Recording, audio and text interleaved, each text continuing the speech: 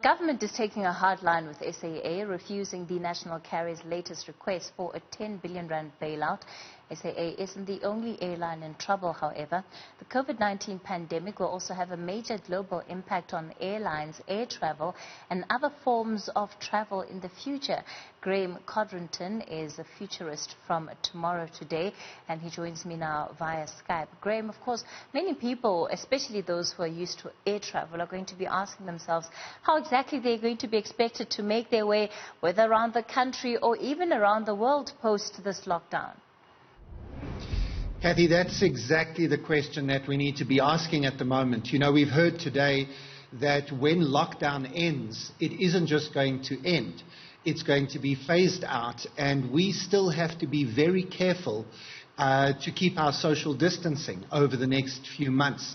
In fact, until we have a vaccine, there isn't a cure at all for this virus, and there's no stopping the disease.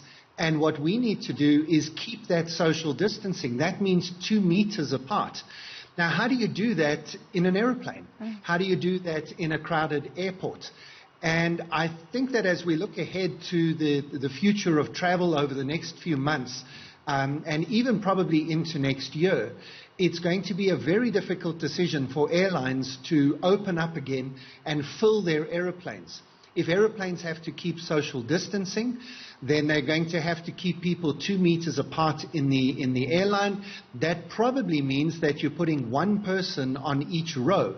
And I don't think most airlines in the world are going to be able to afford to run their airplanes that empty. There are a few options, of course, that these airlines have.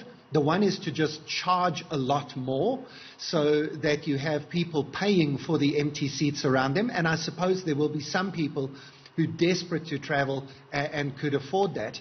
The other option comes at the airport. You might be able to get a test for COVID that takes 2 or 3 hours to give you a confirmation. You arrive at the airport 4 or 5 hours in advance of your flight. You get the test, you prove that you're free of COVID, and then you're allowed on the plane. So that would see a massive shift in how airlines and airports around the world operate.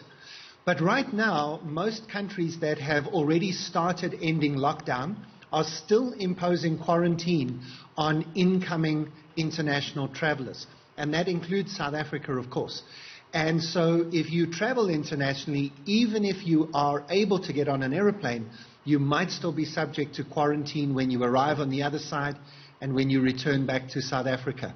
So, Kathy, from what I can see, it's going to be many, many months before we see airline travel returning back to anything that we consider to be normal. And, of course, that's going to be a huge thing to consider for all those people who need to travel for business or for their family reconnections.